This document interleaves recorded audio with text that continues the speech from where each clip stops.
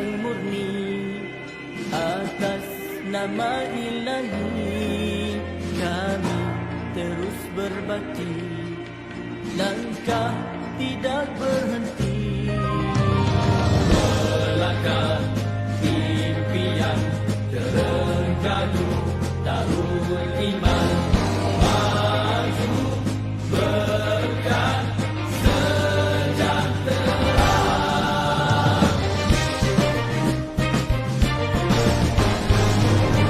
Maju terengganu, maju di bawah suluhan wahyu, rakyat berdaya saing, kita gerak seiring, tiada yang ketinggalan, kerana adil pengagihan, juga seimbang tumpuan, bersama kita buktikan berkat bumi ini dengan hasil bumi, jangan dikufuri, wajib disyukuri, nikmat untuk semua, rahmat Maha Esa, tegakkan syariatnya, semua bahagia, negeri akan maju, bertakwa iman, walaupun sejahteralah Darul Iman di bawah naungan Islam dan Ihsan. Kebajikan, keadilan, kemajuan, kedamaian dinikmati, diwariskan, dilindungi, dipertahankan. Janji kami untuk semua, maju berkat sejahtera, tekad kami, impian semua, maju berkat sejahtera.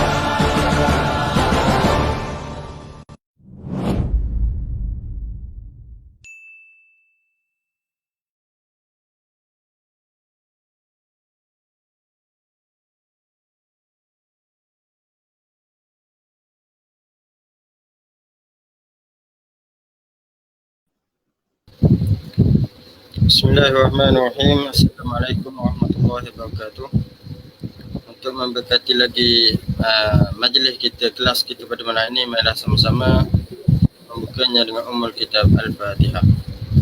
أعوذ بالله من الشيطان الرجيم بسم الله الرحمن الرحيم الحمد لله رب العالمين الرحمن الرحيم مالك يوم الدين إياك نعبد وإياك نستعين اهدنا الصراط المستقيم صراط الذين أنعمت عليهم غير المغضوب عليهم ولا الضالين آمين. Alhamdulillahi Rabbil Alamin, wassalatu wassalamu ala asyrafil anbiya'i wal mursalin wa ala alihi wa sahbihi ajma'in. Qala rabbi shrah li sadri wa yassir li amri wahlul 'uqdatam min lisani yafqahu qawli. Amma ba'd. Alhamdulillah, syukur kita kepada Allah Subhanahu wa taala kerana malam ini masih lagi diberi peluang oleh Allah Subhanahu wa taala untuk sama-sama kita berjumpa di dalam kelas talaqi kita online mingguan pada siri yang ke-38 pada malam ni. Alhamdulillah. Jadi tanpa melengahkan masa, dengan ini majlis menjemput dan mempersilakan Al-Fadhil Ustaz untuk meneruskan kelas talaqi online kita pada malam ni. Dipersilakan. Assalamualaikum warahmatullahi ta'ala wabarakatuh. أعوذ بالله من الشيطان الرجيم بسم الله الرحمن الرحيم الحمد لله رب العالمين والصلاة والسلام على أشرف الأنبياء والمرسلين وعلى آله وصحبه أجمعين. اللهم رب اشرح لي صدري ويسر لي أمري واحلل عقدة من لساني يفقهوا قولي ولا حول ولا قوة إلا بالله العلي العظيم. اللهم انفعنا بما علمتنا وعلمنا ما ينفعنا وعلمنا ما جهلنا وذكرنا ما نسينا. اللهم يسر ولا تعسر رب تمم بالخير. اللهم افتح علينا فتوح العارفين وفقنا توفيق الصالحين. اللهم لا سهل إلا ما جعلته سهلا وأنت تجعل الحزن إذا شئت سهلا. Jadi insya-Allah kita sambung balik pengajian kitab Minhajul Talibin karangan Imam Nawawi rahimahullahu subhanahu wa taala. Anjurang doa Terengganu Aimi Bulu Gading bersama dai Dung Bulu Gading. Tidak lupa kepada terima kasih jazakumullahu khaira kepada pengurusi majlis kita Ustaz Al-Fadhil Ustaz Mang hafizahullah subhanahu wa taala. Seterusnya kepada pentalaki kitab yang dirahmati oleh Allah Subhanahu wa taala. Katanya wa man shalla fil ka'bati, situ ah. Betul eh? Wastaqbala jidaraha aw babaha mardudan aw maftuha ma'a irtifa'i 'atabatihi thulutsai dhira' aw 'ala sathiha mustaqbilan min bina'iha ma sabaq jaz. Baik. Jauh jawab bagi man. Jaza jawab bagi man. Sekarang ni kita masih lagi dalam bab syarat sah sembahyang. Antara syarat sah sembahyang adalah menghadap kiblat. Menghadap kiblat. Maksudnya antara syarat sembahyang mesti menghadap kiblat, menghadap Kaabah. Jadi mesti kita kena hadap kepada Kaabah. Fawalli wajhaka syatral masjidil haram. Mungkin hadapkanlah mukamu ke arah masjidil haram. Baik. Yang mana dalam perbincangan syarat sah sembahyang menghadap kiblat, maka ulama membincangkan tentang hukum sembahyang di dalam Kaabah. Apakah hukum sembahyang dalam Kaabah? Hukumnya adalah dibolehkan. Dan Nabi SAW pernah sembahyang di dalam Kaabah. Jadi dibolehkan sembahyang di dalam Kaabah. Jadi apabila sembahyang dalam Kaabah, kalau Kaabah tu ada dinding macam sekarang lah ni, Kaabah ada dinding, maka kalau diadap mana-mana dinding yang ada di dalam, yang ada ataupun mana-mana dinding, ada kira dinding mana pun, kalau dia sembahyang hadap kepada dinding tersebut, maka sah sembahyang dia. Dia masih lagi dikirakan menghadap kiblat walaupun dia sembahyang dalam Kaabah. Cuma kita ada satu tempat yang mana dia tempat tersebut terbuka, iaitu pintu Kaabah. Yang mana kalau orang sembahyang dalam Kaabah, kalau dia hadap kepada pintu Kaabah, dia ada dua kemungkinan. Kemungkinan yang pertama, pintu tertutup. Okey, masih lagi dikira dia berhadap kepada Kaabah. Yang keduanya, pintu terbuka. Jadi kalau pintu terbuka, kalau dia sembahyang saat itu dalam Kaabah, dia akan hadap kepada sofa. Sebab pintu Kaabah saat itu dia hadap ke sofa. Maka kata ulama, kalulah pintu Kaabah saat itu terbuka dan atabah dia. Atabah ni kalau kita kata belebah dia. Pintu tu dia ada belebah dia kan. Kalau belebah dia saat itu tidak tinggi kadar 2/3 hasta, maka tidak sah sembahyang tersebut kerana ia tidak dinamakan berhadap kepada Kaabah. Okey, boleh faham? Berhadap kepada Kaabah. Dia tidak dinamakan berhadap kepada Kaabah. Jadi kesimpulan, apa yang ingin disampaikan oleh Imam Nawawi adalah wa man shalla fil ka'bati. Barang siapa yang sembahyanglah ia iman di dalam Kaabah. Sembahyang dalam Kaabah, wastaqbala jidaraha, dan menghadap ia akan dindingnya Kaabah, au babaha marduda, ataupun pintunya, pintu Kaabah yang ditutup, marduda hal bagi babaha, ditutup, au maftuha, ataupun terbuka, pintu tidak tertutup, pintu terbuka, tapi ma'artifa'i atabatihi thulutsai dhira', serta tinggi atabahnya 2/3 hasta. Sekurang-kurang mesti atabah dia 2/3 hasta. Boleh. Apa makna atabah tadi? Faham dah atabah tu kan?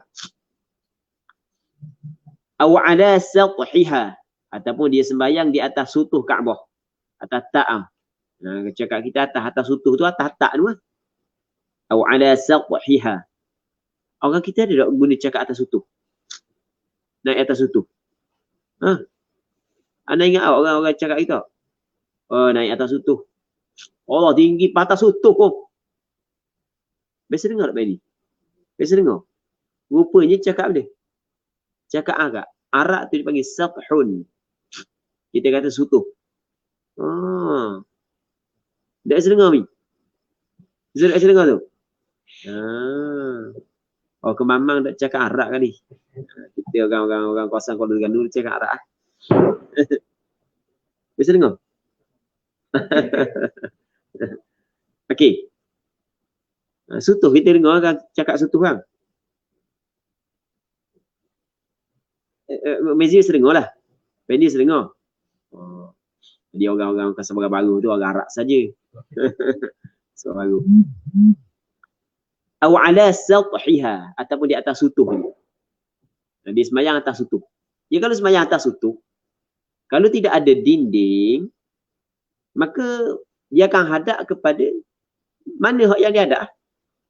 Okey, boleh faham kan? Dia tak jadi hadap kepada Kaabah.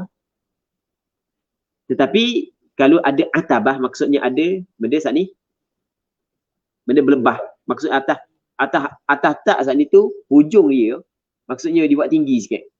Ikat batin tinggi sikit, sebagai contoh kan. Maka sah.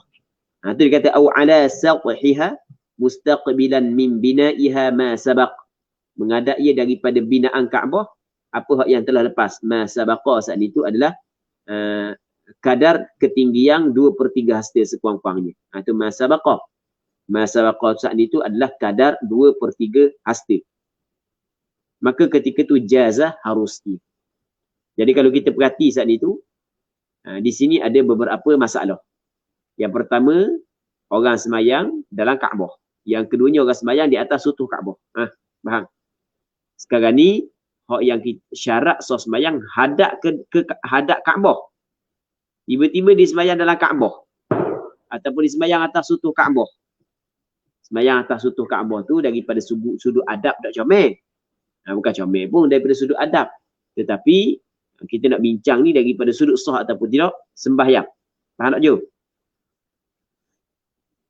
Baik.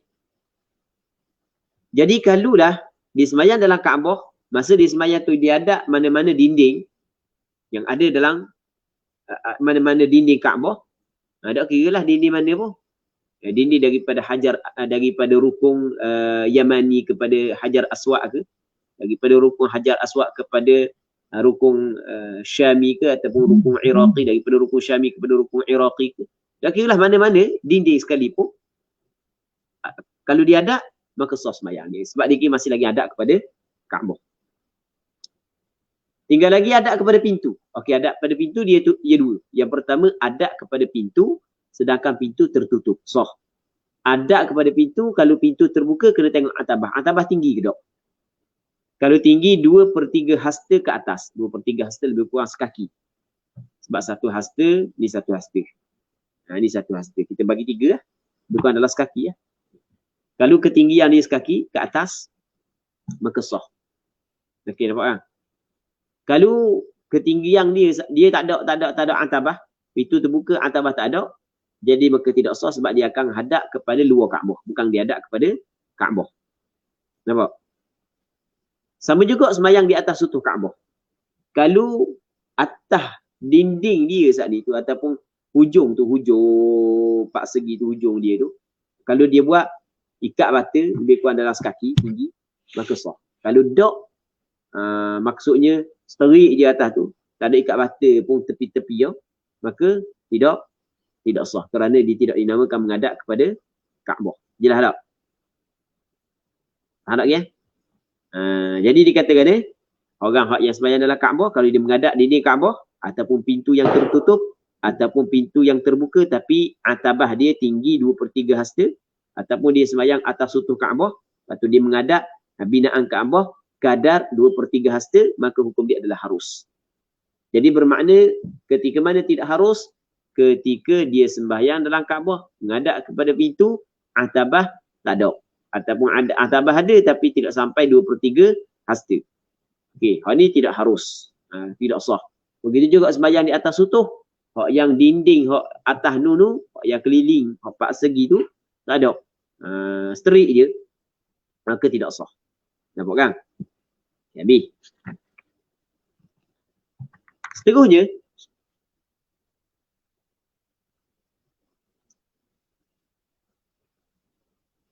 وَمَنْ أَمْكَنَهُ عِلْمُ الْقِبْلَةِ حَرُمَ عَلَيْهِ التَّقْلِيدُ وَالِاجْتِهَادُ.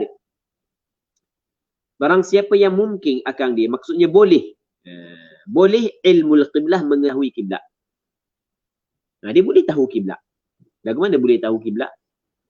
Dia duduk dalam Masjidil Haram. Duduk dalam Masjidil Haram boleh tahu duduk mana kiblat? Boleh tahu. Ataupun dia duduk di Mekah, yang mana daripada rumah dia ataupun dekat-dekat dengan rumah dia, sebab dia duduk atas bukit kan, sebab Mekah ni dikelilingi, Kaabah ni dikelilingi oleh bukit kan. Jadi duduk atas bukit, duduk sakok bangunan, nampak Kaabah. Tu maksudnya amkanahu ilmul qiblah. Ketika tu haruma alaihi taqlidu wal ijtihad. Haram atasnya taqlid dan berijtihad. Tak boleh ikut orang. Mung boleh tahu sendiri, mung kena tengok sendiri. Tak boleh mung ikut orang. Tu boleh faham? Jadi kalau orang tu, rumah dia duduk atas bukit, kalau dia tubik daripada rumah dia, kita naik sikit atas bukit, keluar daripada rumah, tengok sikit, nampak jelas Kaabah. Maka tak boleh ikut orang. Tak boleh taklid. Taklid ni ikut orang. Orang kata kau ni Kaabah. Kata semayang kau ni. Padahal dia boleh tahu sendiri. Maka tidak dibolehkan. Okay, boleh faham kan? Wali ijtihad dan tidak boleh berijtihad. Berijtihad tidak boleh. Tengok diri lah, kamu boleh tahu diri kan. Ijtihad apa dia? Duduk dalam rumah. Dah masjid kau ni. Kau ni kan dia kiblat. Tu dia panggil ijtihad tu. Buka pintu lah. Payah dia boleh tengok cokoh depan mata tu. Ya kalau tak ada bangunan, kawasan-kawasan bukit, yang sekitar Kaabah tu, nampaklah ke Kaabah. Kalau tak ada bangunan tinggi-tinggi, terhalang lah. Baik. Ataupun kalau kita kata dia duduk dalam hotel. Dia duduk dalam hotel. Kadang-kadang duduk hotel tinggi. Buka tingkat hotel tu nampak Kaabah. Dekat sangat lah. Hotel tinggi. Sofuah. Duduk dalam sofuah. Hotel tinggi, buka nampak Kaabah. Tanya orang kau. Kau mana Kiblat-kiblat kita kat mana tak ada tulis dalam ni. Ataupun ada tulis. Ada je tunjuk kat ni jadi kita ikut lah kat ni kita membayang. Dan boleh tahu dia. Boleh tahu. Berapa? Kerana cara buka pintu gitu je. Tapi yang ambil tahu bakal nak pakai ikut orang. Okey, tak boleh. Dan mu boleh tahu diri, mu kena tahu diri. Okey, boleh faham? Mu boleh tahu diri, mu kena tahu diri. Tidak boleh mu ikut orang. Dan mu tidak boleh berijtihad. Kok mana? Tengok tak ada lah. Ke anak-anak panah tak ada. Allah, hotel mewah saja anak panah tak ada. Kok mana kiblat? Buka tikak aja ataupun tubik sikit tahu lalu dah. Nampak. Tapi biar malah. Tak apa lah. Aku mari daripada masjid kau ni naik lift gini, tubik masuk, aku tubik masuk daripada lift gini, masuk bilik aku gini. Kau ni kiblat ni. Kau ni. Tu dia panggil ijtihad tu. Okey, dia faham. Boleh tak gitu? Tak boleh. Sebab dia mungkin mengetahui kiblat. Maka ketika tu tidak boleh dia bertaklid dan tidak boleh dia berijtihad.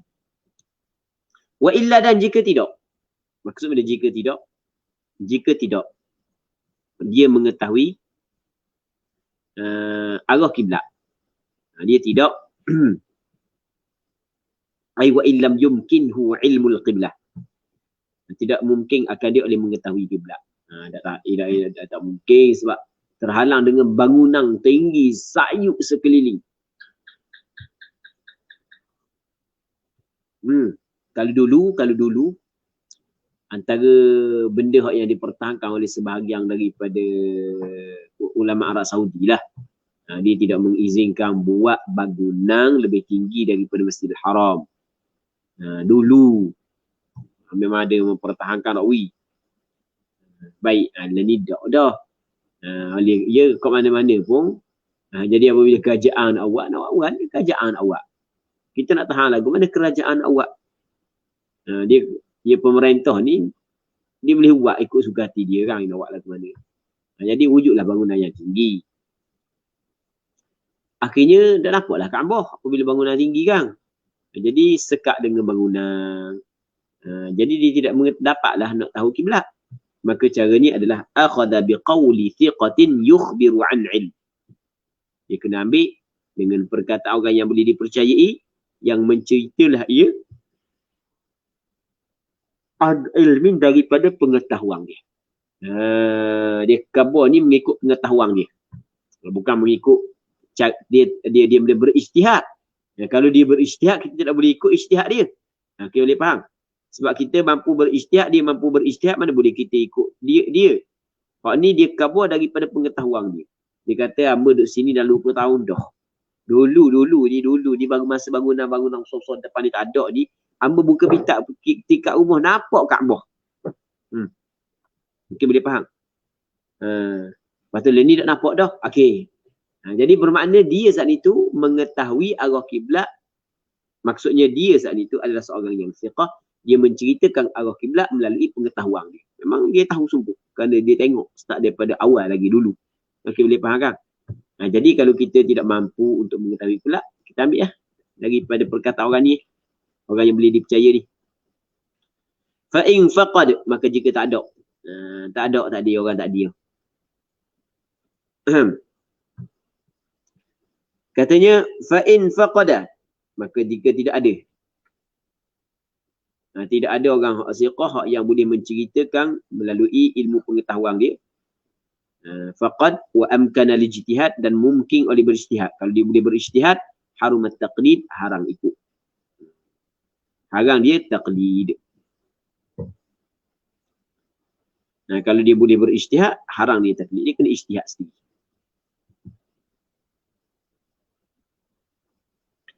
Katanya wa in tahayyara, dan jika bingung, dia tidak bingung. Mana bingung? Tak reti tak tahu. Kat mana? Maksudnya ketika dia berijtihad, dia bingung. Kenapa masuk kau ni? Kat mana? Masuk kau ni, tubik kau ni, nak ilih kau ni. Kat mana? Dia panggil kita. Tu dia panggil tahayyur. Bingung. Kebingungan. Lam yuqallid fil adhar. Dia tidak bertaklid, tidak boleh dia bertaklid pada kaul al-adhar. Kalau dia bingung, tetap dia tidak boleh bertaklid. Sebab dia tidak boleh dia bertaklid kerana dia adalah mujtahid. Dia mujtahid, la yuqallidu mujtahidah. Okay, boleh faham? Mujtahid dia tidak boleh bertaklid kepada orang yang mujtahid. Dia mujtahid. Maksudnya dia mampu untuk berfikir, mencari alamat. Cuma dalam masalah ni dia bingung. Maka tidak boleh dia ikut orang lain kerana dia adalah mujtahid, sedangkan kaedah kita mujtahid dia tidak boleh mengikut mujtahid yang lain. Katanya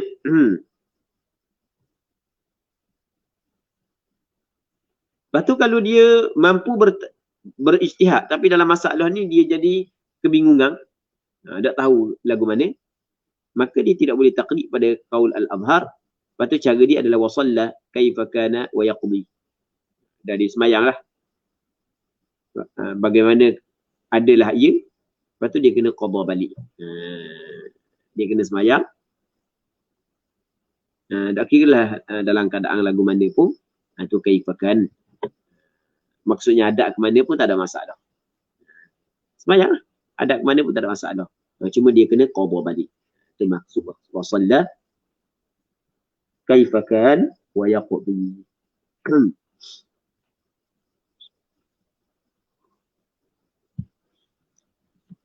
Seterusnya kata Imam Nawawi rahimahullah subhanahu wa ta'ala, wa yajibu tajdidul ijtihad likulli salatin tahdur, gitu. Tahdur. Ala sahih, dan wajib membaharukan ijtihad bagi setiap sembahyang yang hadir mengikut kaul yang sahih. Jadi mengikut kaul yang sahih, tadi di sembahyang zuhur dia ijtihad dah, sembahyang asar ijtihad pula. Faham? Sebab takut ijtihad dia berubah. Kalau nampak arah sama, pakai arah tu lah. Nanti maghrib kena ijtihad pula. Wa man ajaza 'anil ijtihadi wa ta'allumil adillati. Dan sesiapa yang tidak mampu daripada berijtihad dan tidak mampu untuk belajar dalil-dalil, tanda-tanda, manakah arah kiblat, contoh ke a'ma, seperti orang buta. Orang buta dia lemah untuk berijtihad. Dia tidak lemah untuk mengetahui dalil-dalil yang menunjuk di atas manakah kiblat. Contoh ke a'ma, seperti orang buta. Maka jawab bagi man qallada thiqatan 'arifah.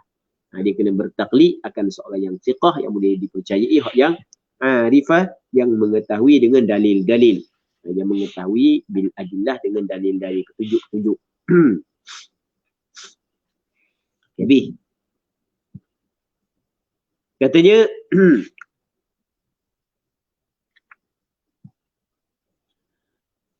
ketika dia tidak mampu untuk berijtihad dan tidak mampu untuk belajar dalil-dalil seperti orang buta, maka dia kena ikut seorang yang thiqah yang mengetahui dalil-dalil lah. Wa in qadara, dan jika dia mampu untuk belajar dalil-dalil tadi tu, fal asahhu wujubut ta'allum wa yahrumut taqlid. Maka kaul yang asah, wajib dia belajar, maka haram dia bertaklid. Aku cari orang yang pandai-pandai tolong ajar dia. Gitu. Seterusnya katanya wa man shalla bil ijtihadi fatayaqqana al khata'a qada fil adhhar. Barang siapa yang sembahyang ia dengan ijtihad, dia sembahyang dengan ijtihad dia, fatayaqqana al khata', maka yakin tersalah. Allah yakin tersalah. Kalau tak yakin tu masalah lain. Dia sembahyang dengan ijtihad, duk mikir masuk kat ni. Jadi masuk dalam pintu utama hotel, masuk lobby hotel tu, ingat kita mari kat ni. Kaabah kat ni, masuk kat lobby hotel kat ni. Lepas tu kita naik lift, turun kat ni. Lepas tu masuk bilik kita kat ni. Oh kat ni lah kiblat . Lepas tu dia panggil ijtihad. Boleh faham? Tiba-tiba, lepas daripada dia semayang, habis dah waktu, tiba-tiba, memang salah, tak betul tu. Faham? Kita duk musim ketang, kita dah sudah masuk sebenarnya perasaan kita, nampak kelai, sebenarnya masuk kelai. Okey, adakah gitu kan? Perasaan kita kan, kadang-kadang kita pergi di satu tempat, wah, ni orang ni mayang ada ke kanan terus. Orang ni, orang ni mayang ada ke kiri. Ada ke belak molek. Kadang-kadang kita rasa halak, pada balik naik mayang. Mana pula ingat Padahal tak. Padahal sebenarnya ada kiblat perasaan kita. Tak benar gitu.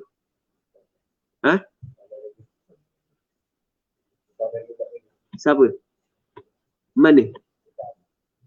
Salah kiblat tu. Sultan apa Fendi Kuamal? Masuk ingat, gigi sini kiblat. Biasa masuk kat tu, jadi masuk kat lain.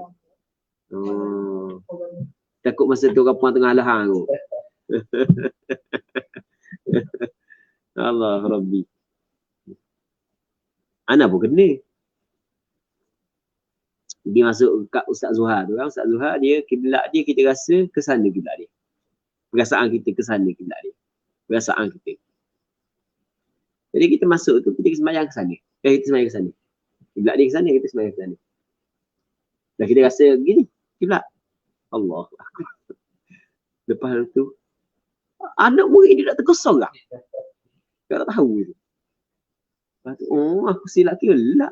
Kau pun tahu. Anak murid tak tahu. Tak terkosong tak? Allah. Jauh semua. Wa man shalla bil ijtihad fatayaqqana al khata' qada fil adhhar. Jadi Fendi ulang balik tak semayang. Ulang-ulang. Itu dia qada. Sebab dia? Sebab kita ada kaedah dia, la ibrata bil dhannil bayyini khata'uh. Tidak boleh dikira dengan zan yang nyata oleh tersalahnya. Sangkaan kita kiblat ke sana, kita semayang, atau pada sangkaan kita, rupa-rupanya hakikatnya nafsul amri, haqiqatus syai' berbeza, tak betul yang sangkaan kita. Maka sangkaan kita tidak diambil pakai. Kena kira yang hakikat bagaimana. Hakikat salah, dikira salah. Maka kena ubah balik. Ni letih. Anda ingat ada di satu tempat di Fatani tu. Dia sungai. Sungai luar alik sungai alik ni, kiblat ke sana. Sungai alik sungai ni, kiblat sana memang jelas. Memang jelas sungguh. Pening tengok. Benda surah sebelah tu ke sana. Surah sebelah hal ini ke sana. Dia orang tahu belakang. Tapi tahu belakang ada mayang gitu. Orang ni mayang gini. Tak ada ke maksudnya dalam hati dia saat ni tu untuk benda cuba perbetulkan semula. Tak tahulah macam mana.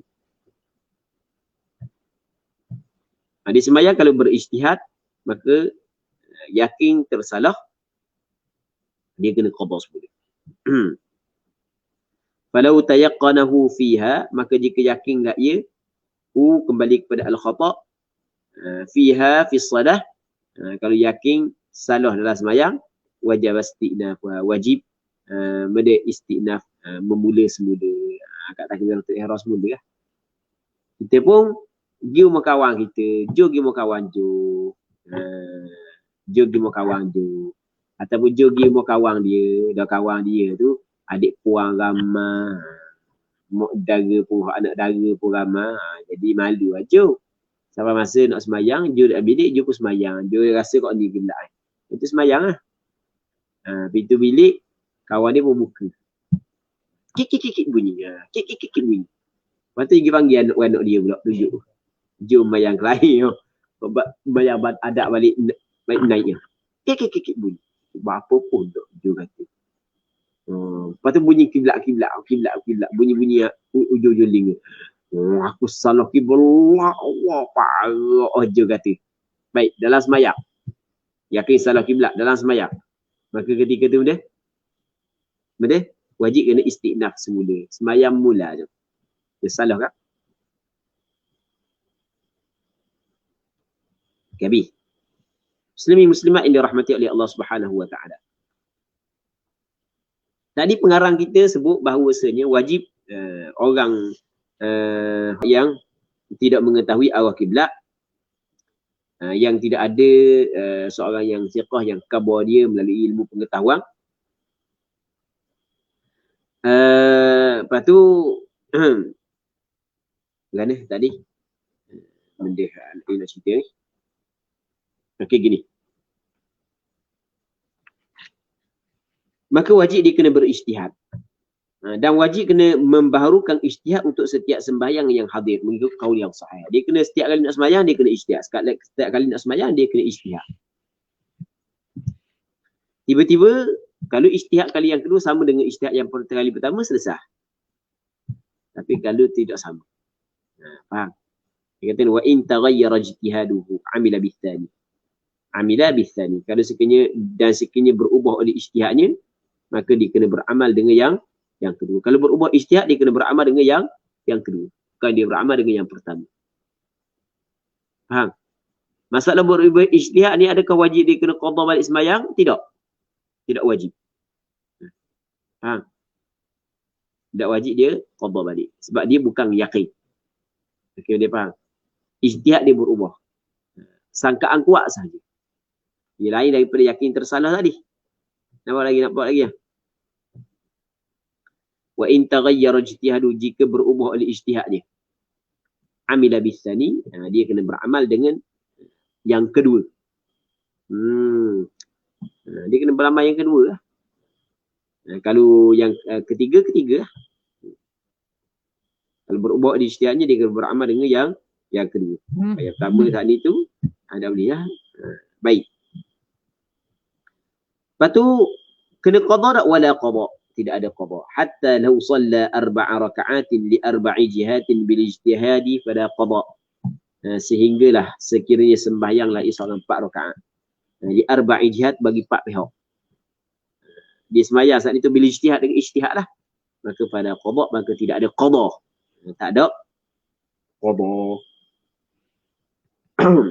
Muslimin muslimat yang dirahmati oleh Allah Subhanahu wa taala.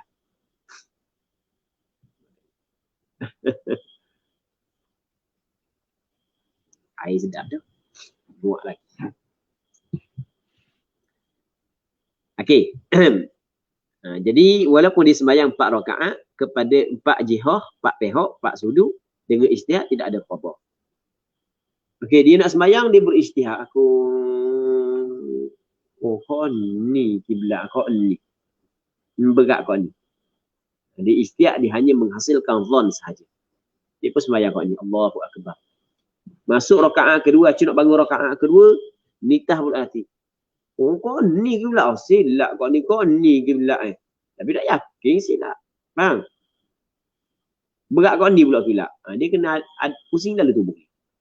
Ikut mana hak yang dirasa kuat kiblat tadi. Pusing. Masuk rakaat ketiga pula, pusing kat ni pula. Rasa kiblat. Rakaat keempat kat ni. Jadi bermanfaat rakaat tu kat ni, empat sudut dia ada. Okay, boleh faham? Maka tidak ada qada. Tak ada qada. Tak perlu qada semula. Hak 4 rakaat saja. Dia berbeza kalau yakin tersalah. Kalau tidak yakin tersalah. Cuma kuat sangkaan tu berubah daripada satu sudut, satu arah kepada arah yang lain. Jelas tak? Okey, kita masuk dalam bab baru iaitu bab sifatis salah, bab pada menyatakan sifat sembahyang. Ia yang dimaksud dengan sifat ni, dia merangkumi rukun sembahyang, syarat-syarat sembahyang, sunat-sunat dalam sembahyang, sama ada sunat ab'ad ataupun sunat hayat. Kita ada sunat, ada dua, sunat ab'ad dan sunat hayat. Bab pada membincangkan tentang sifat sembahyang. Arkanuha 13. Rukun-rukun sembahyang ada 13. Allah. Rukun sembahyang ada 13.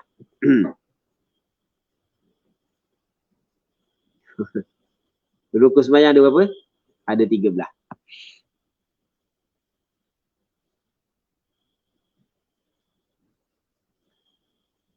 Mana 13? Al-awwal, yang pertama an-niyah. Niat. Kerana sembahyang adalah ibadat, sedangkan setiap ibadat perlu kepada niat. Fa in shalla fardan wajaba qasdu fi'lihi wa ta'yinuhu wal asahhu wujubu niyyatil fardiyah duna al-idafati ila Allah ta'ala wa annahu yasihhu al-ada'u bi niyyatil qada' wa 'aksuhu wan naflu dhul waqti aw as-sababi kal fardi fi ma sabaq wa fi niyyatin nafliyati wajhat. Dalam masalah niat dikatakan fa in shalla fardan, maka jika dia sembahyang fardu wajib qasdu fi'lihi wa ta'yinuhu, wajib qasad membuatnya, wa ta'yinuhu dan menentunya. Wajib qasad membuatnya fardu wa ta'yinuhu wa ta'yinul fard, dan menentukan fardu. Dia qasad buat kan, dia qasad buat aku sembahyang tu, qasad buat sengaja buat aku sembahyang. Ta'yin makna benda? Menentu. Aku sembahyang zuhur. Itu tentu zuhur, asar, tentu asar, maghrib, isyak, tentu. Dua ni wajib. Wasak buat dan tentukan sembahyang. Lepas tu, niat fardu, ataupun di istilah juga digunakan perkataan ta'aruf, niat fardu. Wajib ke tak? Katanya wal asahhu wujubu niyyatil fardiyah. Qaul asah adalah wajib niat fardiyah, niat fardu. Wajib niat fardiyah, wajib niat fardu. Itu mengikut qaul asah. Jadi 3 lah. Wajib qasad buat, wajib ta'yin dan wajib niat fardu. Aku sembahyang, okey, itu qasad buat. Fardu zuhur, fard tu dipanggil niat fardiyah, zuhur tu dipanggil ta'yin. Jelas tak? 3 tu je. Dunal idafati ila Allah Ta'ala, tidaklah disandarkan kepada Allah Ta'ala. Maksudnya tidaklah disandar kepada Allah Ta'ala, maksudnya adalah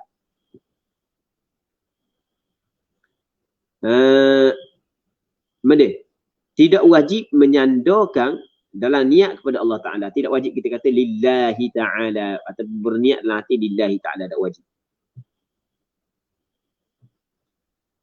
Seterusnya wa annahu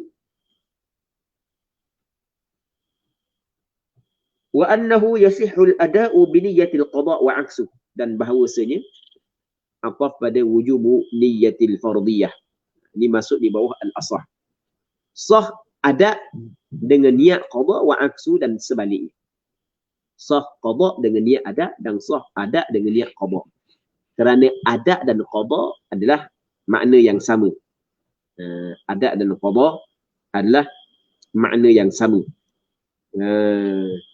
Dalam penggunaan bahasa Arab, makna ada dengan qada makna sama. Boleh kita kata qadaitud dain dan boleh kita kata addaitud dain. Qadaitud dain, aku telah tunai akan hutang. Boleh kita kata addaitud dain, aku telah menunaikan hutang. Jadi dalam bahasa Arab penggunaan adat dan qada makna dia sama. Cuma ulama fiqh membezakan di antara adat dengan qada. Adat yang dilaksanakan dalam waktu, qada yang dilaksanakan di dua waktu. Sah adat dengan niat qada dan akasnya dan sebaliknya. Tapi niat qada dengan adat, niat qada dengan adat, dia tidak termasuk dalam syarat sahnya. Dia tidak termasuk dalam syarat sahnya. Sebab itulah orang yang baru lewat sembahyang subuh, dia pun sembahyang fardu subuh qada. Adakah wajib dia kena niat qada dalam tu? Tidak. Aku sembahyang fardu subuh kerana Allah Subhanahu Wa Taala. Aku sembahyang fardu subuh. Situ yang wajib. Qasa' fa'il, ta'yin dan fardiyah. Dipanggil juga ta'arrud.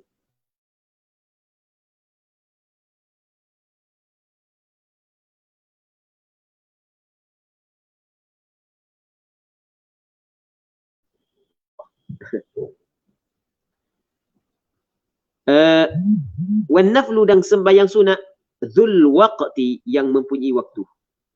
Awis sababi ataupun yang mempunyai sebab. Kita di sana ada sembahyang sunat yang mempunyai waktu. Contoh sembahyang sunat rawatib.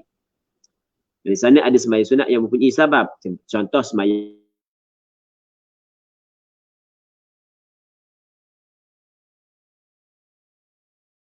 awis sabab kal fardi fima sabaq, seperti fardu, seperti sembahyang fardu fima sabaq, pada barang yang telah lepas. Dengan maksud mesti pada niat kena qasdul fi'li dengan ta'yin. Okey, boleh faham? Mesti kena qasdul fi'li dan ta'yin. Kalau kita nak sembahyang sunat qabliyah dhuhr, kita kena qasad ni. Aku sembahyang qabliyah dhuhr. Aku sembahyang qabliyah dhuhr. Kita boleh faham. Itu panggil ta'yin, ada ta'yin. Qasdul fi'li, aku sembahyang. Qabliyah dhuhr tu dipanggil ta'yin. Manakala niat sunat, itu tidak disyaratkan. Wa fi niyatin nafliyah, dan pada niat nafliyah. Keadaan sunat tu. Keadaan sembahyang tu sunat tu. Niat tu ada wajhan, dua wajah. Niat nafliyah ada dua wajah. Ada dua pandangan lah. Di sisi ashab Asy-Syafi'i. Baik, maksudnya ada hak yang mengatakan syarat kena niat juga nafliyah, sebagaimana hak sembahyang fardu kena niat fardiyah, sembahyang sunat kena niat nafliyah. Namun ada pandangan yang kedua kata dak. Qultu, berkata oleh aku Imam Nawawi, as-sahihu la tushtaratu niyyatun nafliyah. Qaul yang sahih adalah tidak disyaratkan niat nafliyah. Niat nafliyah tidak disyaratkan, qaul yang sahih. Jadi cukup qasdul fi'li dengan ta'yin sahaja, wallahu a'lam. Katanya wa yakfi fi an-nafl al-mutlaq niyyatu fi'li as-salah wan niyyatu bil qalbi wa yundabu an-nutqu qabila at-takbir. Tengok. Wa yakfi, dan memadai, fi an-nafl al-mutlaq, pada sunat mutlaq. Niyyatu fi'li as-salah, niat melakukan sembahyang. Cukup qasa' buat aja. Kalau sembahyang tu sembahyang sunat mutlak. Sembahyang sunat mutlak adalah sembahyang sunat yang tidak terikat dengan waktu dan tidak terikat dengan sebab. Memadai niat buat sembahyang je. Aku sembahyang. Aku sembahyang. Bilangan rakaat tidak disyaratkan. Apa sembahyang, apa rakaat ikut lah. Sembahyang sunat mutlak kita tidak syarat niat bilangan rakaat. Sembahyang witir tidak syarat kita niat bilangan rakaat, tidak disyaratkan. Kalau kita tidak niat bilangan rakaat pada sembahyang witir, boleh kita buat satu rakaat, boleh buat 3, boleh buat 5, boleh buat 7, boleh buat 9, boleh buat 11. Faham lagi?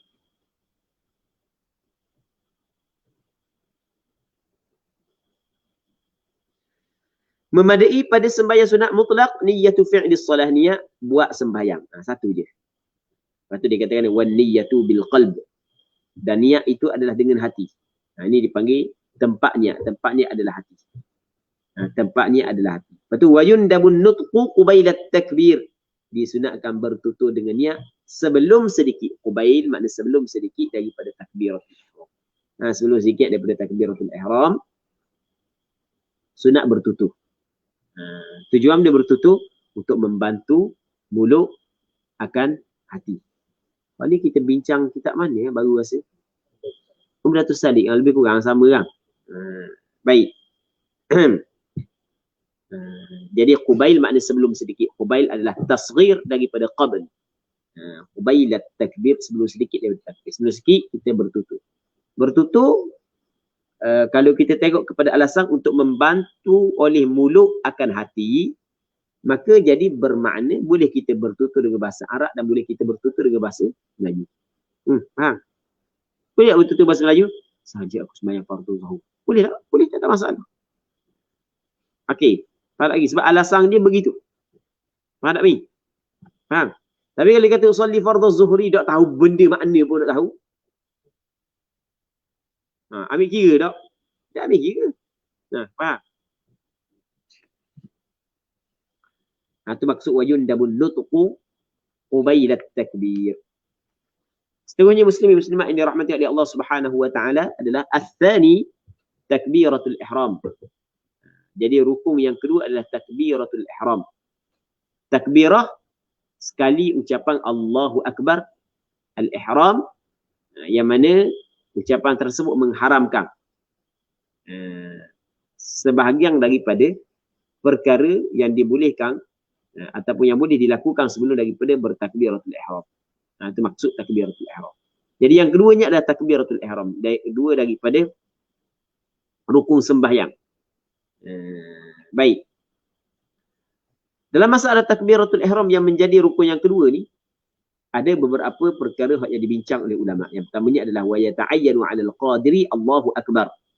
Dan tertentulah ia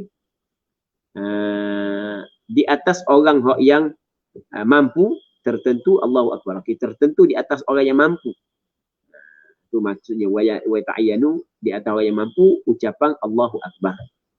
Ucapan Allahu Akbar memang ditentukan kepada orang mampu. Orang mampu ucap Allahu Akbar, dia kena ucap Allahu Akbar. Kalau orang tidak mampu, orang tu bisu dan seumpamanya, maka ketika tu tak ada masalah lah. Baik.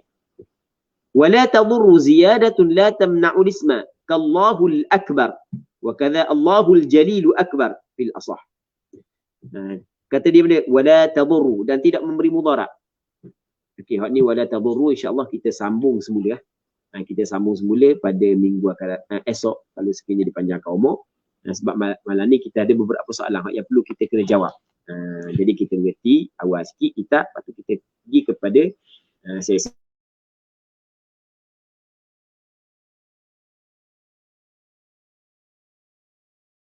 Kita, lepas tu kita cuba jawab soalan. InsyaAllah. Baik. Soalan yang pertama daripada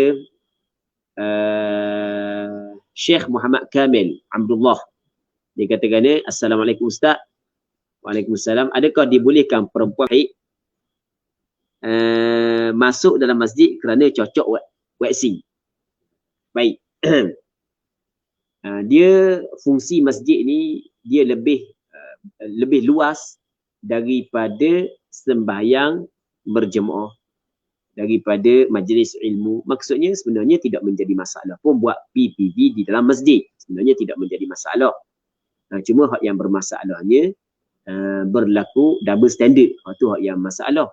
Dari setengah-setengah negeri tu molek-molek ada PPV dalam masjid yang berkumpul ramai, berlaku persentuhan, tapi sembahyang jemaah tak boleh. Sembahyang Jumaat tak boleh. Situ je sebenarnya. Cuma bagi orang yang nak buat PPV dalam masjid, maka dia perlu kena jaga adab-adab dalam masjid. Masjid ini bukan seperti tempat yang lain. Bukan seperti pasar dan seumpamanya. Masjid adalah tempat yang mulia. Semulia-mulia tempat di atas muka bumi adalah masjid. Betul tak gitu? Semulia-mulia tempat di atas muka bumi adalah masjid. Baik, sebab itulah Allah Subhanahu wa taala mengkhususkan orang yang memakmurkan masjid Allah Subhanahu wa taala adalah orang yang beriman kepada Allah. Innama ya'muru masajidallah man amana billahi. Tidak gitu. Hanya orang yang beriman kepada Allah Taala sahaja yang memakmurkan rumah Allah Subhanahu Wa Taala. Dan di sana ada perkara-perkara yang perlu kita kena jaga, tidak boleh kita buat dalam masjid. Sebab itulah masjid tidak boleh orang yang berjuduk dengan kesepakatan ulama. Dia boleh masuk dalam masjid kalau orang tu berjuduk. Orang berjuduk tak boleh masuk dalam masjid, hanya boleh lalu jalan je. Allah Ta'ala kata illa abiri sabil. Begitu juga orang puang yang haid tidak boleh berhenti ataupun berhenti dalam masjid. Dia tidak boleh berhenti dalam masjid. Jadi kalau nak buat PPV dalam masjid, maka perempuan yang datang haid saat itu tidak boleh masuk dalam masjid. Dah orang kata darurah kan, dia tempat lain berlambuk lagi. Banyak lagi tempat lain. Sekolah pun boleh buat. Sekolah tu maksudnya lebih mudah lagi. Maksudnya banyak lagi tempat lain. Jadi antara kita nak jaga adab masjid adalah kita kena elokkan perempuan-perempuan yang haid daripada masuk dalam masjid. Tutuplah aurat dengan sewajarnya. Jangan terlalu bebas sangat orang-orang yang bukan Islam mendedahkan aurat duduk dalam masjid. Hal itu adalah benda yang tidak comel sebenarnya. Itu kita termasuk dalam menjaga adab-adab dalam masjid. Wallahu a'lam.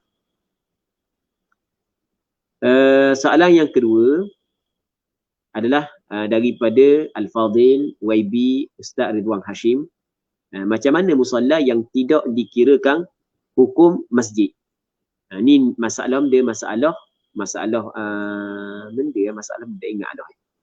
Macam mana musalla yang tidak dikira hukum masjid? Bab dia. Bab orang puan duduk dalam ke? Ke bab itikaf? Ke bab dia? Tak ingat dia kalau bukan kalau musalla dia tidak mengambil hukum masjid. Jadi orang puan yang haid tak boleh. Dia berada pada musalla tersebut. Boleh je, tidak menjadi masalah pun. Tapi kalau iktikaf mungkin bab lain pula kan. Wallahu a'lam. Anda pun tak jelas juga soalan ni sebab dia ada kaitan dengan apa yang kita bincang sebelum ni. Ni soalan hak lepas. Capung mengatuk tak? Kita mengatuk. Baik. Soalan seterusnya adalah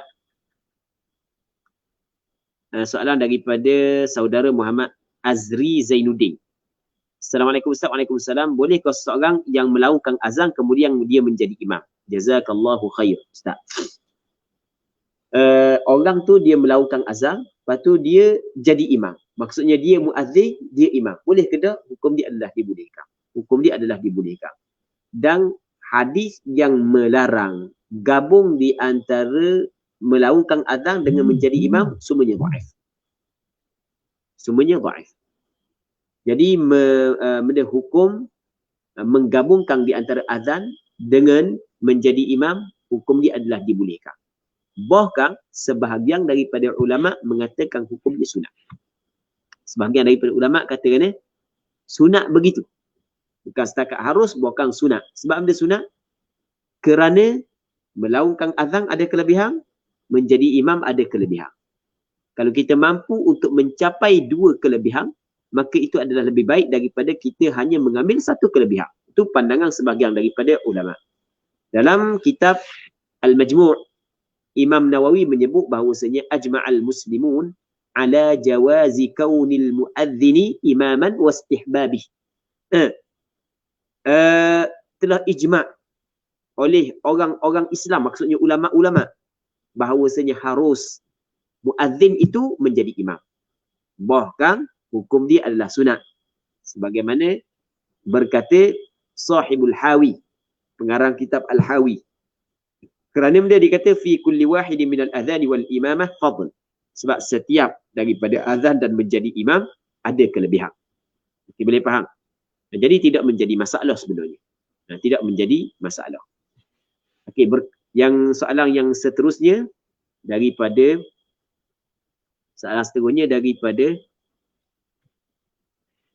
Al-Fadil YB Ustaz Ridwan Hashim. YB ni Allah Rabbi, seorang yang cukup tawaduk. Semoga Allah Subhanahu Wa Taala mengangkat darjat beliau. Dia sebenarnya orang alim. Tapi saja dia aju soalan kepada kita untuk bersama, menunjukkan kebersamaan di dalam majlis talaqi. Semoga Allah Subhanahu Wa Taala mengangkat darjat beliau. Semoga Allah Subhanahu Wa Taala memelihara beliau. Baik. Soalannya, adakah selawat dan doa juga disunatkan selepas iqamah sebagaimana selepas azan? Kerana nas kita hanya sebut selepas azan. Jawapannya adalah hukum berselawat dan doa selepas daripada iqamah juga disunatkan. Sebagaimana disunatkan selawat dan berdoa selepas daripada azan. Kerana benda? Kerana Nabi SAW dalam hadis yang diriwayat oleh Imam Muslim kata Rasulullah, idza sami'tumul muadzin, apabila mu dengar orang bang. Muadzin ni orang bang. Faqulu mithla ma yaqul, maka mu kata sebagaimana apa yang dia kata. Lepas tu thumma sallu alai, kemudian mu berselawat kepada aku. Fa innahu man shalla alayya salatan sallallahu alaihi biha 10. Kerana sesungguhnya siapa yang berselawat kepada aku sekali, nescaya Allah Subhanahu wa taala akan berselawat kepadanya sebanyak 10 kali. Lepas tu thumma salullaha lil wasilah. Kemudian mu minta dah kepada Allah untukku akan wasilah. Ini doa selepas daripada azan. Baik. Hadis ni dikeluarkan oleh Imam Muslim. Kalau kita tengok, Rasul kata apabila mendengar orang azan. Jadi nampak pada zahirnya azan sahaja. Tapi ulama kata sebenarnya perkataan sami'tumul muadzin dia merangkumi iqamah. Kerana dalam penggunaan hadis, azan ataupun iqamah juga dipanggil azan. Dalilnya adalah hadis yang dikeluarkan oleh Imam Bukhari dan Muslim dalam kitab sahih bagi keduanya.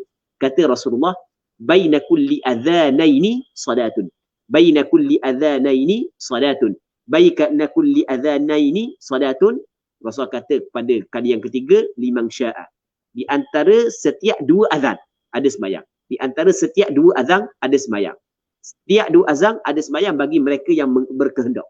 Maksudnya setiap dua azan ada sembahyang sunat. Maksud dia dua azan di sini, azan dan qomak. Jadi bermakna qomak pun dipanggilkan nama azan.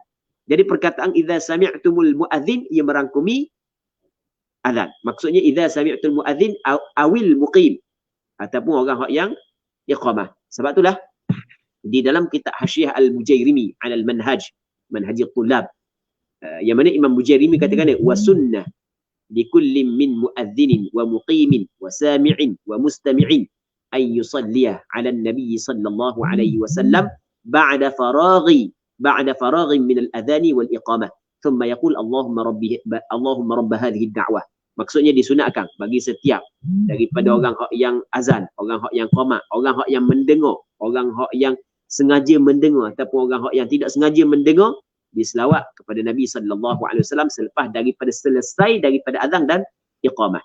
Begitu juga dalam kitab Tuhfatul Muhtaj menyebut, kata Imam Ibn Hajar Al-Haytami dalam kitab Tuhfatul Muhtaj, thumma yusannu lahu ay yaqula aqibahuma Allahumma rabb hadhihi ad-da'wati tammah. Kemudian disunatkan baginya dia berkata selepas daripada azan dan iqamah, Allahumma rabb hadhihi ad-da'wah. Sama juga dalam kitab Al-Iqna' menyebut benda yang sama. Jadi itu jawapan kepada pertanyaan tersebut. Daripada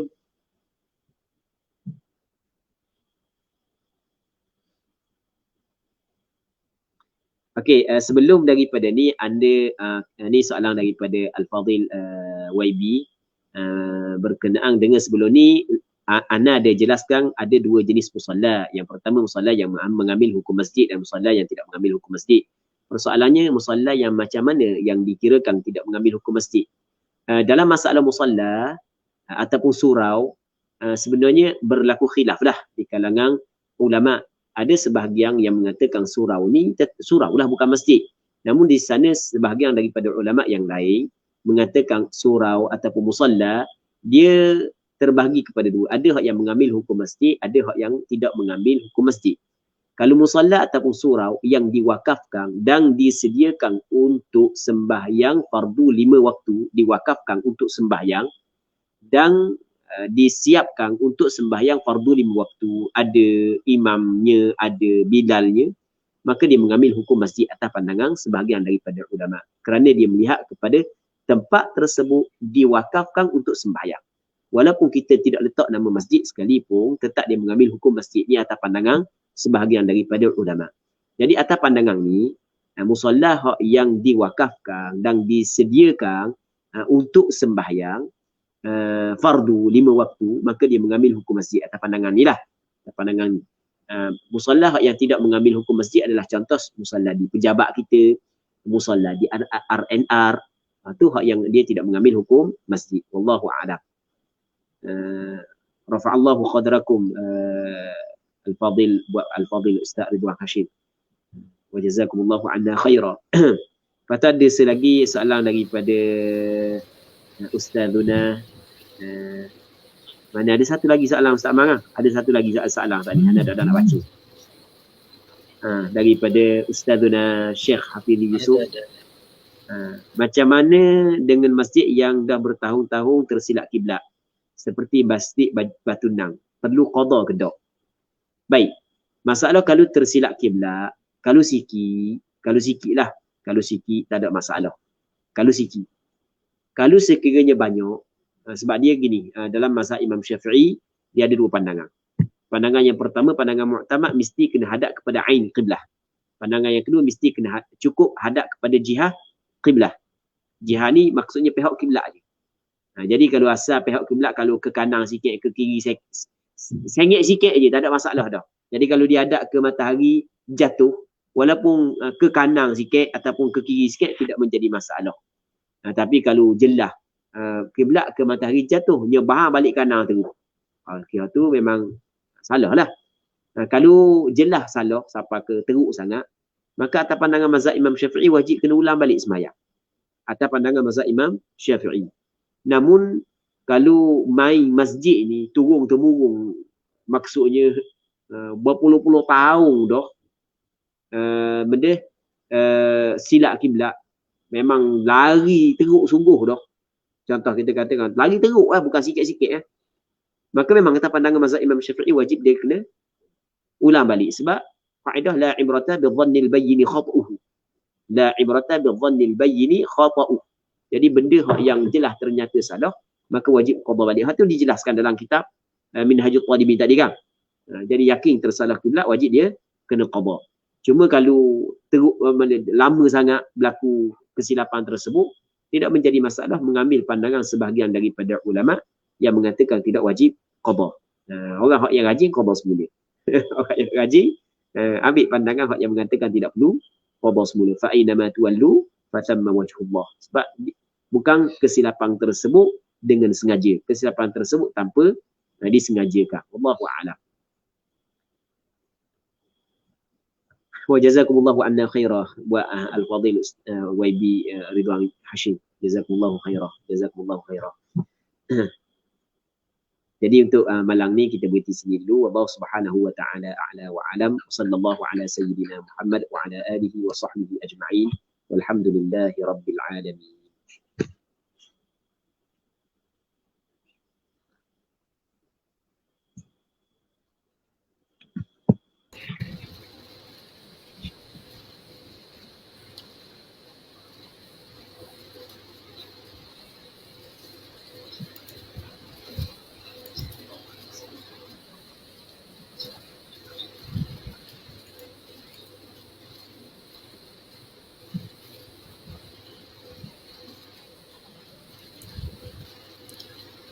Alhamdulillah.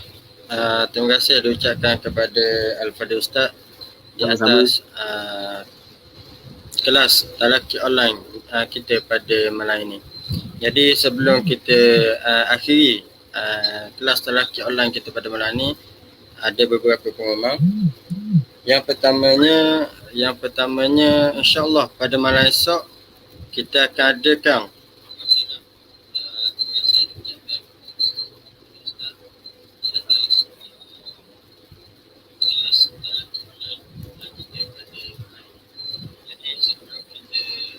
InsyaAllah malam esok kita akan adakan forum ataupun seminar Haji dan Umrah bersama dengan Al-Fadil.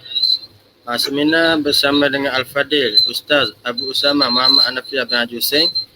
Yang sebenarnya malam esok kelas kita, kelas macam biasa, tapi kita tangguh dulu kelas tu. Kita buat seminar Haji dan Umrah bersama dengan Ustaz Abu Usama Muhammad Hanafi bin Haji Hussein Dan insya-Allah moderatornya Ustaz Said Muhammad Zuhairi.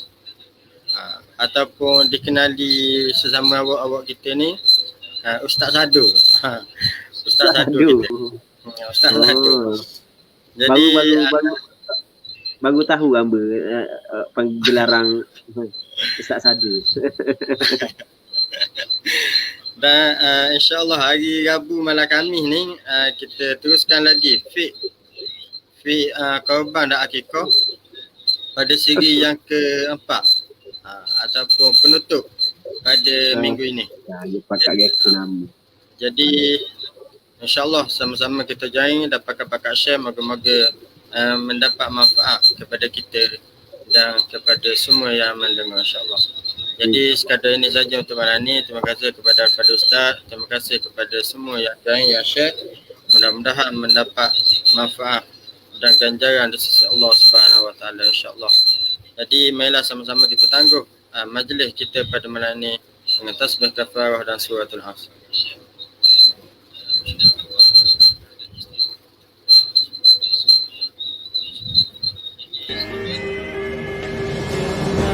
Niat yang murni atas nama Ilahi, kami terus berbakti, langkah tidak berhenti. Melangkah